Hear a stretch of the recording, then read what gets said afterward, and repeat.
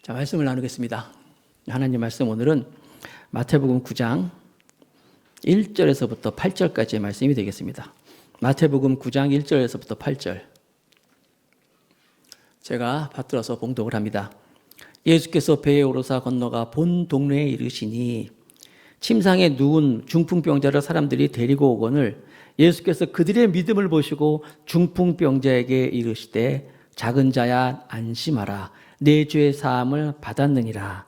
어떤 서기관들이 속으로 이르되 이 사람이 신성을 모독하도다. 예수께서 그 생각을 아시고 이르시되 너희가 어찌하여 마음에 악한 생각을 하느냐. 내 죄의 사함을 받았느니라 하는 말과 일어나 걸어가라 하는 말 중에 어느 것이 쉽겠느냐. 그러나 인자가 세상에서 죄를 사하는 권능이 있는 줄을 너희로 알게 하려 하노라 하시고 중풍병자에게 말씀하시되 일어나 내 침상을 가지고 집으로 가라 하시니 그가 일어나 집으로 돌아가거늘 무리가 보고 두려워하며 이런 권능을 사람에게 주신 하나님께 영광을 돌리니라. 아멘. 자, 오늘은 설교 제목이 다시 일어섭시다. 다시 일어섭시다. 좋죠? 한번 따라합시다. 다시 일어섭시다. 다시 일어섭시다. 네. 지난주에 우리 예수님께서 이제 갈릴리 바다를 했잖아요. 갈릴리 바다를 건너가셔서 풍랑을 만나면서 그런 말씀을 나눴어요. 갈릴리 바다를, 이게 사실 호수인데 이제 바다처럼 굉장히 큰 그런 호수예요. 그래서 이제 구약 성경은 디베랴 바다라고도 부르고 기록도 하고 있는데 갈릴리 호수인데 건너가시면 그 건너 지역이 동네 이름이 데가볼리라고 불러요. 데가볼리. 성경이 있죠? 데가볼리. 여기서 성경 상식을 하나 알려드릴게요. 데가볼리는 지역인데 그 지역에 10개의 성읍들이 이렇게 모여 있어요. 그 10개의 성읍을 뭉쳐서 그 지역을 데가볼리라고 불러요. 데가란 말이 뭐냐면 우리는 하나, 둘, 셋, 넷 할 때 영어로 1, 2, 3, 4 하잖아요. 헬라어로 에이스, 듀오, 트레이스 하면서 쭉쭉쭉 가다가 10번째가 데가야, 데카라고 하거든요. 10, 우리가 10, 영어로 10, 이게 헬라어로 데카야, 데카. 그 데카라는 말하고 플러스 폴리스가 도시잖아요.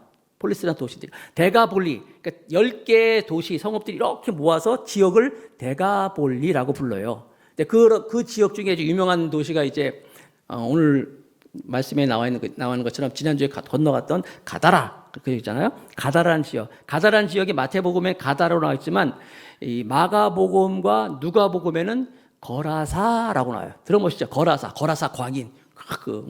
그 광인 있잖아요. 미친 사람. 응? 거라사 광인. 거라사 가다라 똑같은 말이에요. 같은 지역인데 자, 거기를 건너가시면서 풍랑을 만났잖아요. 그래서 인생의 풍랑이 물려올 때 지난주에 말씀드렸잖아요. 거기서 이제 그 무덤가에 있는 거라사에 있는 광인을 치유하시고 이제 다시 건너오는 거예요. 다시 건너오면서 이제 예수님의 원래 1절 한번 보여주실래요? 1절 마태복음 9장 1절 예수께서 배에 오르사 건너가 본 동네에 이르시니 배에 올라서 이제 건너서 다시 이제 가버나움으로 돌아오시는 거예요. 돌아오셨는데 여기서 이제 돌아오셔서 중풍병자를 고쳤다. 오늘 제가 본문을 읽었잖아요. 중풍병자를 고치는 게 나와 있습니다. 그런데 이 중풍병자를 고치는 이 말씀이 똑같은 내용이 마태복음에도 있지만 마가복음에도 있고 누가복음에도 있어요. 세 군데 다 기록되어 있어요. 차이는 마가복음과 누가복음에는 이 기록이 이 중풍병자를 고치는 일을 어떻게 기록하고 있냐면 지붕을 뚫고 들어보셨죠? 교회 좀 다니시는 분들 들어봤어요. 지붕을 뚫고 이렇게 친구들이 지붕을 뚫고 내려서 예수님이 병을 고쳤다고 그렇게 나와 있는데 마태복음에는 지붕을 뚫고 이런 거 다 빠졌어요. 다 생략되어 있고 그런 생략된 채로 예수님께서 중풍병자를 고친 이야기만 나오는 거예요. 자, 그러면은 중풍병자 이 이야기를 마태가 기록하면서 마태는 중풍병자를 고치는 이야기, 지붕을 뚫고 사람을 내려서 예수님께서 그 믿음을 보시고 이런 얘기인데 다 필요 없고 필요 없다기보다 그거 필요는 하지만 그것보다도 마태가 보고 있는 선생님, 지금 마태가 쓴 예수님 이야기잖아요. 마태가 알고 있는 자기의 선생님, 예수님은 이런 분이다. 이런 분인데 어떤 분야를 강조하고 싶어서 그 다른 것들을 다 뺀 거예요. 빼고 이 부분을 강조하는 건데 뭐냐면 이제 죄사함에 관계된 것을 보는 거예요. 예수님이 죄를 사하는 하나님이시다라는 것을 관점을 가지고 쭉 기록하고 있는 거예요. 그러면 이 중풍병자가 어떤 사람이냐면 사실 움직이지 못하는 사람이거든요. 이렇게 몸을 움직이지 못하는 사람. 이 사람이 예수님을 만나서 물론 믿음으로 만나서 죄사함을 받고 중풍병자를 낳았는데 이 과정에서 이걸 보면서 우리들도 나는 지금 뭐 아픈 것도 없고 나랑 무슨 상관이가 할 때 굉장히 중요한 말씀이 여기에 담겨져 있는데 마태가 들려주고 싶은 예수님의 이야기 중에서 예수님이 어떤 분이냐 하는 것을 굉장히 중요하면서 강조하고 있는데 그게 뭐냐면 첫 번째 이제 우리도 다시 신앙 안에서 일어서려면 용서받음을 확신하는 용기를 마태는 강조하고 있어요. 그러니까 이 중풍병자가 고침을 받는 과정에서 예수님이 다른 데서는 뭐 지붕을 뚫고 내리고 막 이런 거 됐잖아요. 그거보다도 마태는 내가 아는 선생님, 우리 예수님은 이런 분이야 라고 강조하고 싶어서 이제 그 마태복음을 기록하면서 느닷없이 중풍병자를 향하여서 예수님이 중풍병자에 나서라 아니면 중풍병아 물러가라 이렇게 말씀하셔야 되는데 그런 말씀은 안 하셔요. 무슨 말씀을 하시냐면 2절 말씀에 이렇게 말씀하십니다. 마태복음 9장 2절에 제가 읽을게요. 침상에 누운 중풍병자를 사람들이 데리고 오거늘 예수께서 그들의 믿음을 보시고 중풍병자에게 이르시되 다 같이 읽겠습니다. 시작. 작은 자야 안심하라 내 죄 사함을 받았느니라.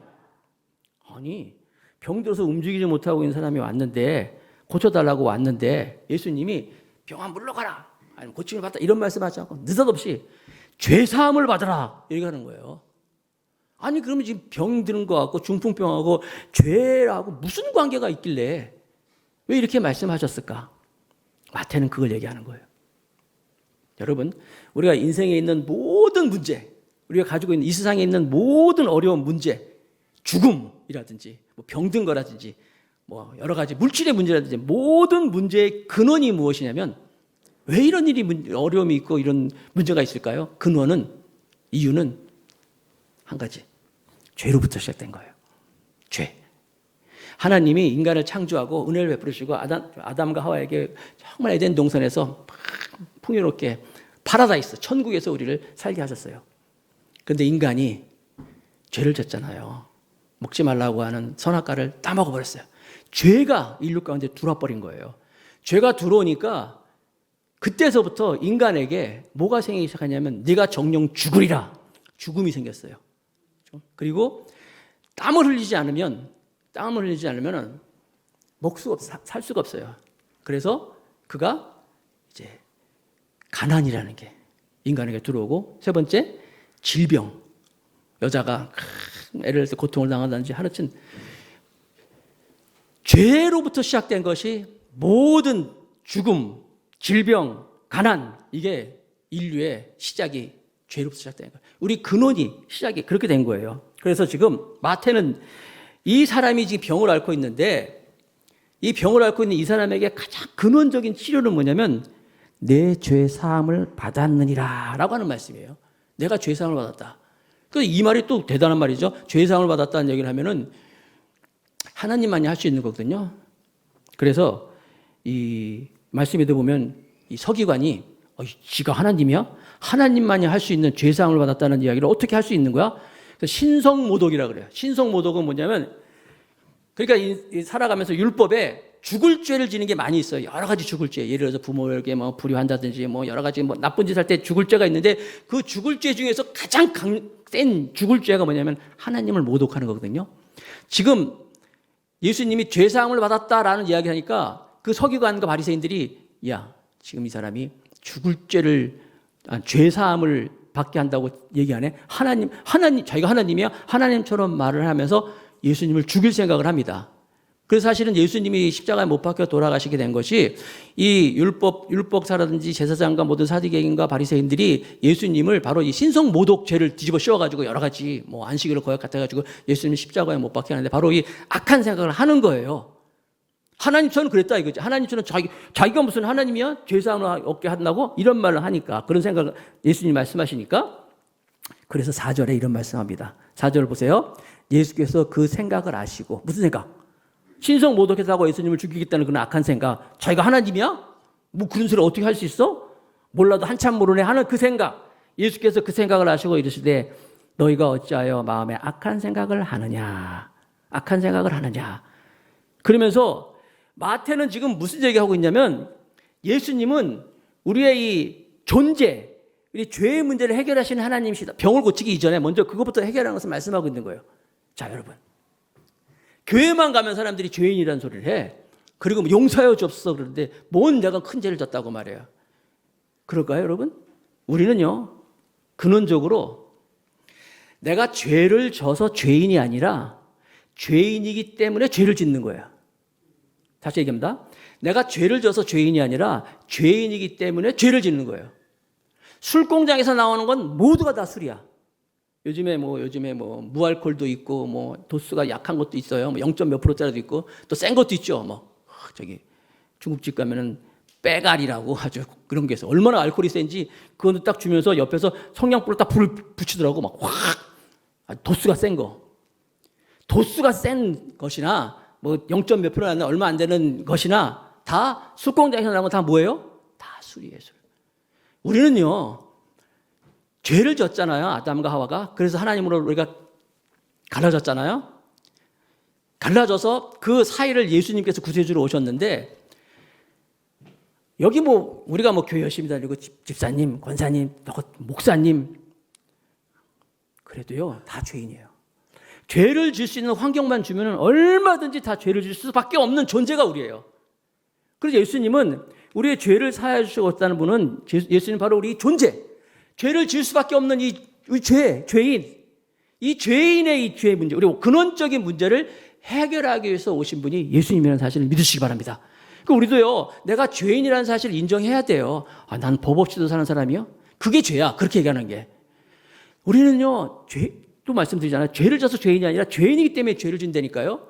그리고 예수님은 우리의 그 근원적인 문제. 그래서 우리가 죄가 없는 게 아니에요. 그렇다고 하면서 주님이 용서해 주다고 하니까 죄가 없는 건 아니에요. 또 죄를 짓지. 날마다. 그런데 그럴 때마다 주님께서 우리 그래도 예수님을 나의 주로 인정하고 고백하여서 새로운 생명이 됐잖아요. 새 생명을 얻었을 때는 죄인이지만 예수님의 보혈의 피를 확 덮어주는 거예요. 그래서 우리가 칭의라 그래. 칭의. 의롭지 않은데 그냥 내가 의롭다고 칭해 줄게. 이게 칭의라는 거예요. 할렐루야. 이게 복음이거든요. 예수님은 지금 병을 앓고 있는 이 중풍병자의 병을 치료하기 전에 먼저 이 사람이 가지고 있는 이 근원적인 문제, 이 죄의 문제를 고쳐주는 거예요. 그래서 내 죄를 사함을 받았다라고 고쳐주는 거예요. 만약 이 사람의 병만 낫다 그러면 또 병들어 죽을 수도 있어요. 그러나 예수님께서 이 구원해 주시는 이 죄의 사함을 받은 사람은 새로운 생명을 받았기 때문에 죽어도 하나님 나라에 하나님의 백성을 세울 수 있는 거 아니겠습니까? 그런 얘기를 하는 거예요. 그랬더니 주변에 있는 사람들이 야, 지가 무슨 하나님이야? 하면서 막 이렇게 얘기를 하잖아요. 예수님 말씀하셔요. 야, 5절 말씀에 내가 기록은 안 했죠. 5절 말씀에 그런 게 있어요.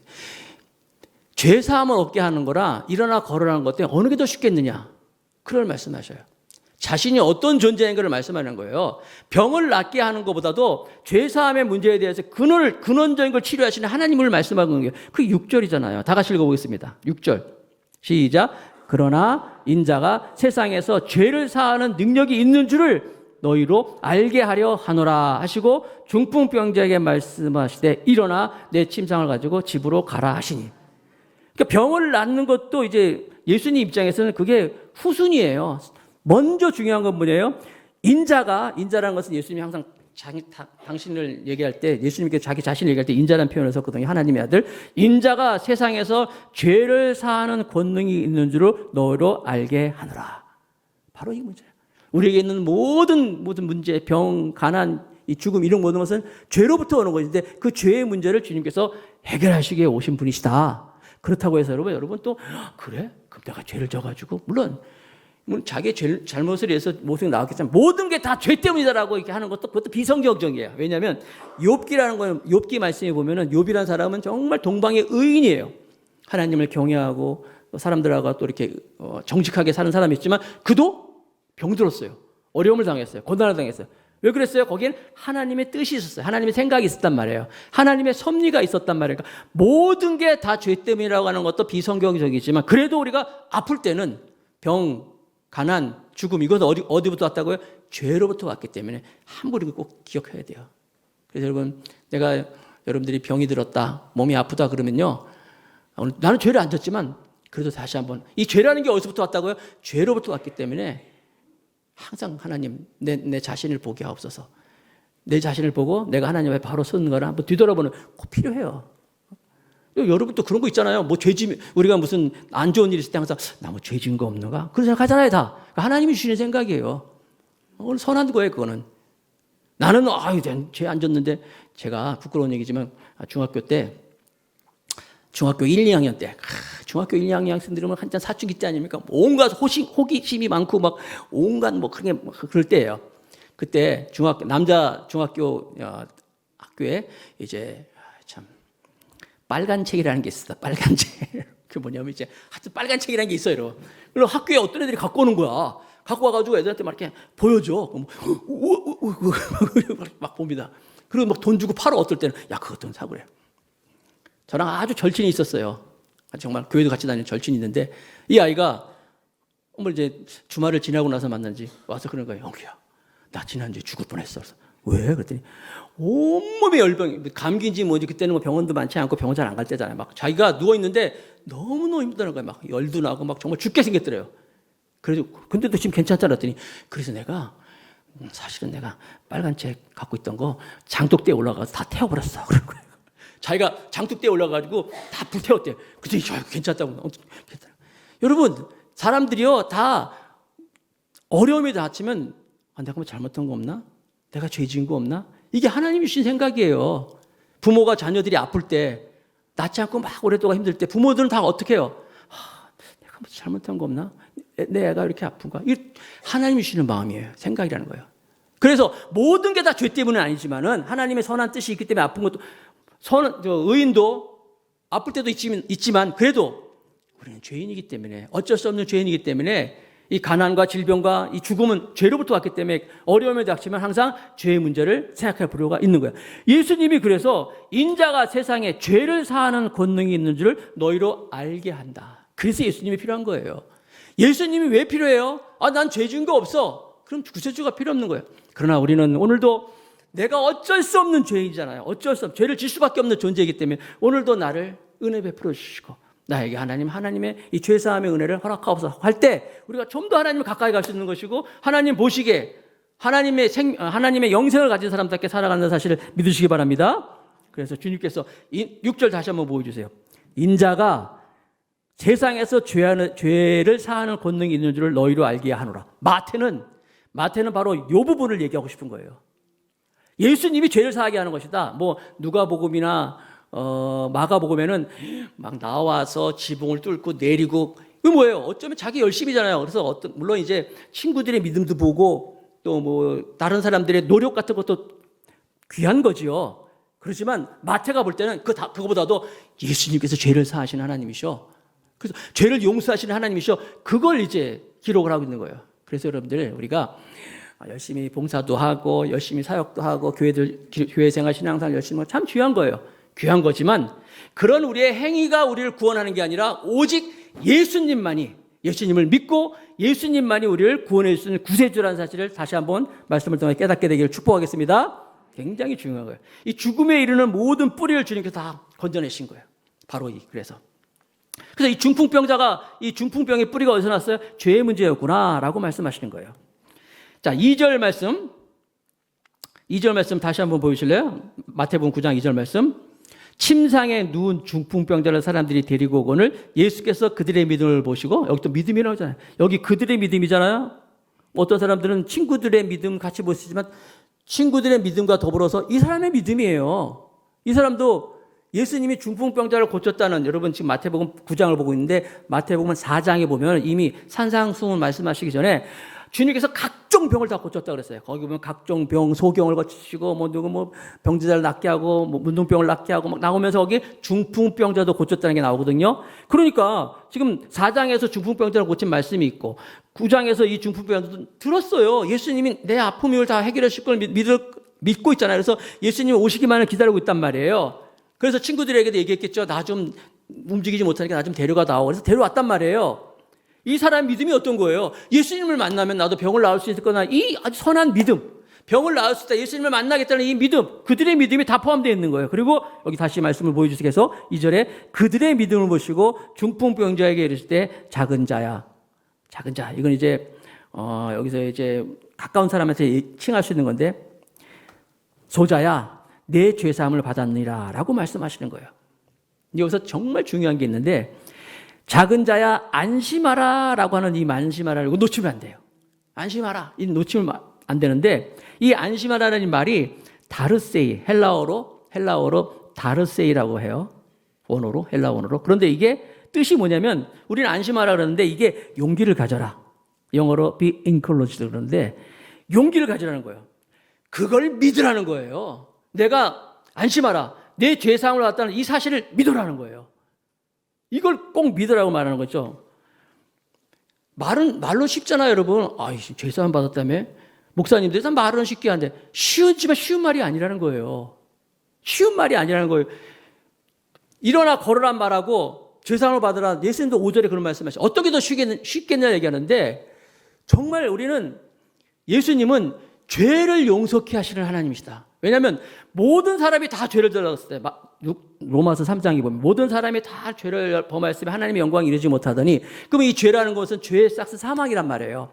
예수님은 죄상을 받았다는 말이 더 쉬운 것 같지 쉬운 게 아니라는 거예요. 이게 얼마나 엄청난 말씀이냐. 우리의 근원정을 해결하시는 하나님이라는 것을 지금 마태는 포커스를 맞춰서 얘기하는 거예요. 죄상을 받았다는 거. 구약성경에 보면 다윗이라는 사람이 있어요. 다윗이라는 사람이 하나님 앞에 죄를 졌잖아요.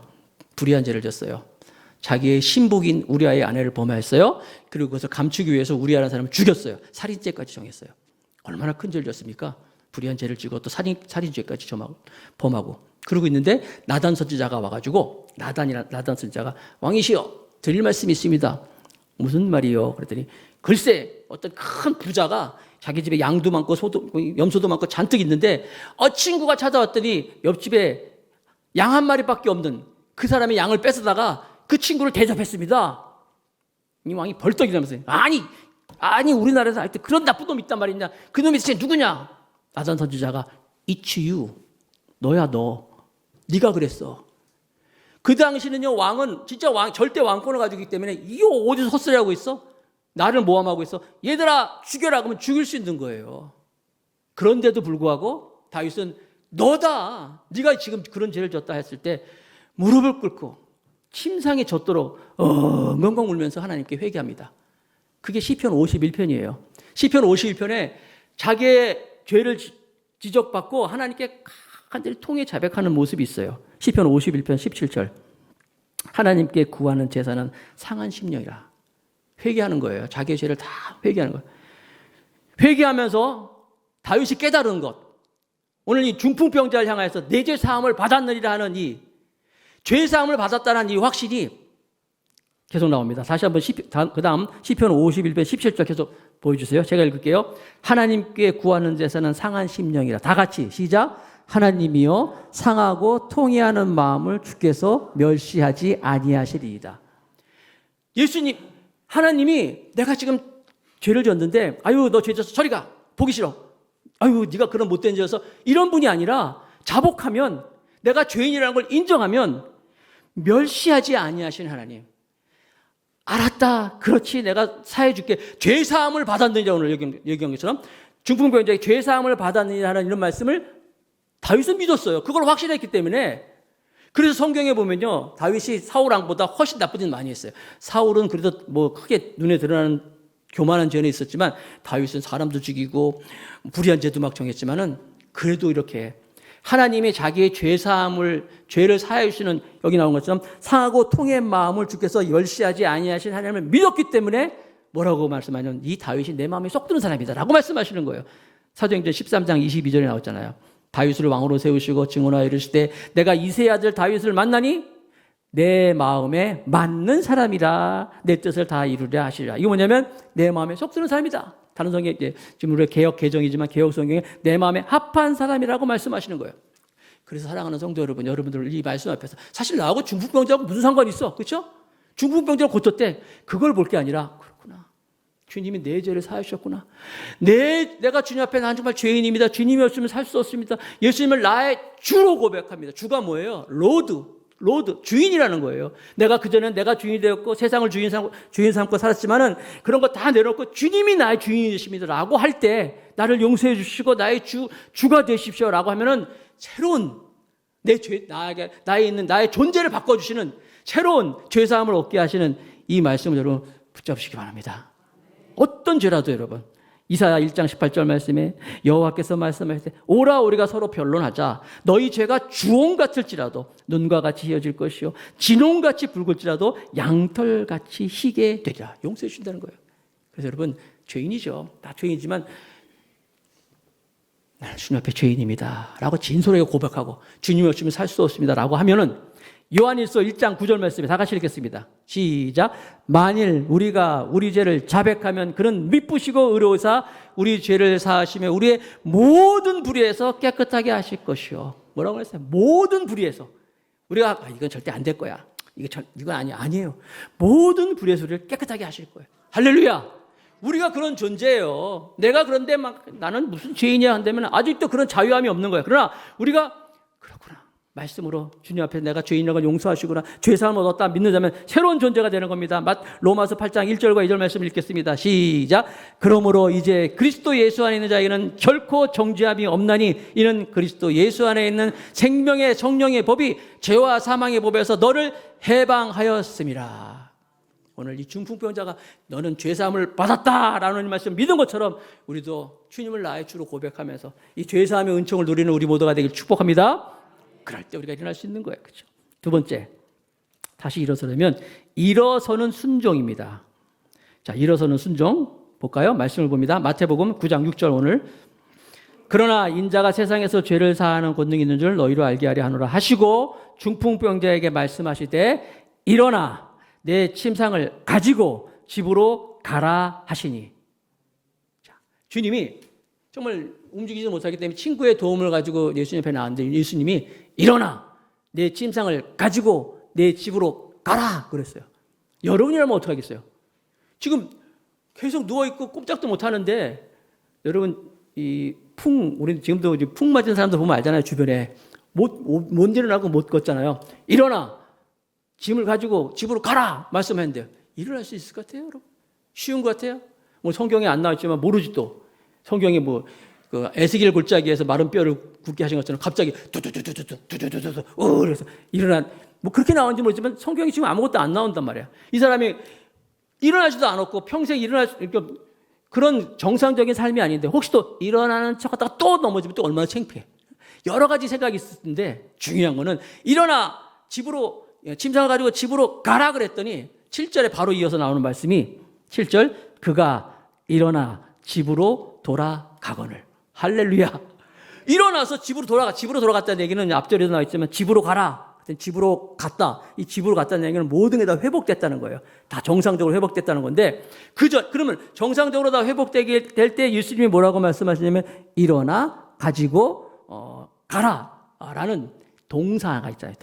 동사가 뭐예요, 여러분? 움직이는 거잖아요. stand up, pick up to your mat 그러잖아요. 내 침상을 가지고 go라고 말하잖아요. 다 뭐예요? 움직이라는 거예요. 이 사람이 stand up 일어났고 pick up 잡았고 갔다는 거예요. 움직였어요. 이건 뭐예요? 순종이잖아요. 순종.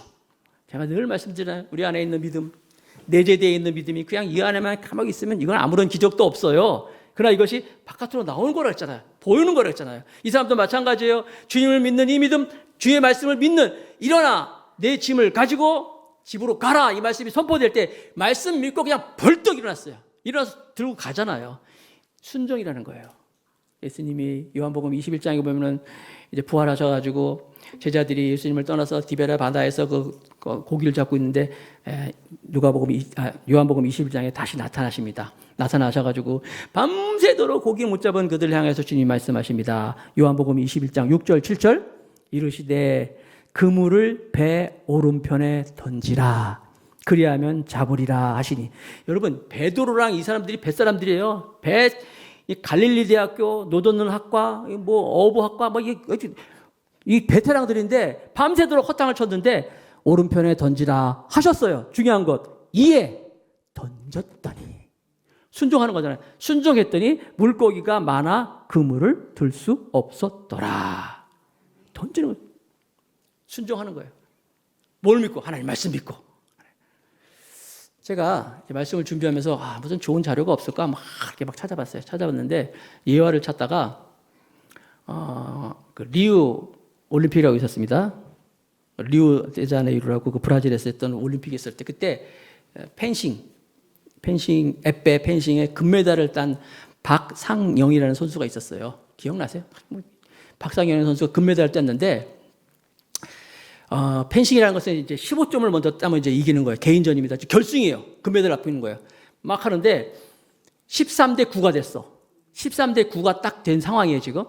아슬아슬하게 팍 붙었다가 뭐 불 들어가는 건데 13대 9면은 절망적인 상황이잖아요. 근데 카메라가 13.9 됐을 때 박상현 선수의 카메라가 그 얼굴을 잡은 거예요.